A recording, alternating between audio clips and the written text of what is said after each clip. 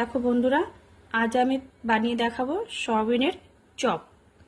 এই বৃষ্টিতে বিভিন্ন রকম চপ খেতে খুব মজা লাগে। দেখতে থাকো কিভাবে বানাচ্ছি, খুব সুস্বাদু হবে। আশা করি তোমরা বানিয়ে খাবে এভাবে। সেদ্ধ করে রাখা সয়াবিনটাকে আমি একটু মিক্সচারে একটু ঘুরিয়ে নিচ্ছি। সেদ্ধ আলুটাকে আমি এভাবে ঘষে নিচ্ছি। দেখো বন্ধুরা, সয়াবিনটাকে আমি মিক্সচারে একটু ঘুরিয়ে নিয়েছি। এরকম একদম পেস্ট করে ফেলবে না, একটু ঝরঝরে ভাব থাকবে। হ্যাঁ, সেরকম করে নেবে, তাহলে পরোটা খেতে ভালো লাগবে। একেবারে পেস্ট করবে না। দেখো বন্ধুরা, আমি এক এক করে সব মিশিয়ে নিচ্ছি। এই আলুটাকে আমি ঘষে নিয়েছিলাম, আলুটা দিয়ে দিলাম। এরপর দিয়ে দিচ্ছি 1 চামচ ধনিয়া পাউডার, 1 চামচ জিরে পাউডার, স্বাদ মতো লবণ। দেখো, লঙ্কা কুচি দিয়ে দিলাম, পেঁয়াজ কুচিও দিয়ে দিলাম, দেব একটু লেবুর রস। এর সঙ্গে দেব একটু কর্নফ্লাওয়ার। এটা কর্নফ্লাওয়ার আছে, এটা হচ্ছে চালের গুঁড়ো।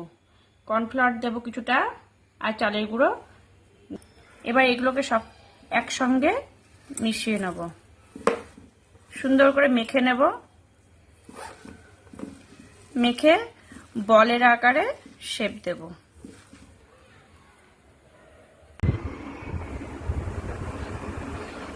দেখো বন্ধুরা, আমি এভাবে গোলাকৃতি করে নিয়েছি। করে এবার গরম তেলে ভাজবো।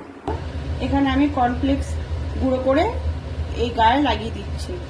তোমরা এখানে বিস্কুটের গুঁড়ো ব্যবহার করতে পারো এর বদলে। আমার কড়াইতে তেল গরম হয়ে গেছে।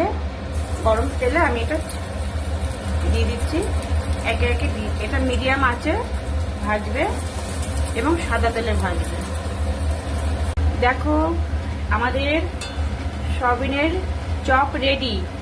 ব্রাউন কালার করে ভেজে নিয়েছি, এবার তুলে নেব।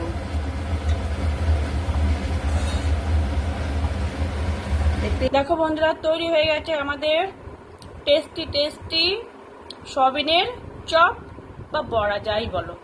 এই বর্ষায় তোমরা এখন তৈরি করে খেতেই পারো। খেয়ে জানাবে কেমন লাগলো, আর কমেন্টসে জানাবে। আর তোমরা দেখবে, সাবস্ক্রাইব করবে, শেয়ার করবে।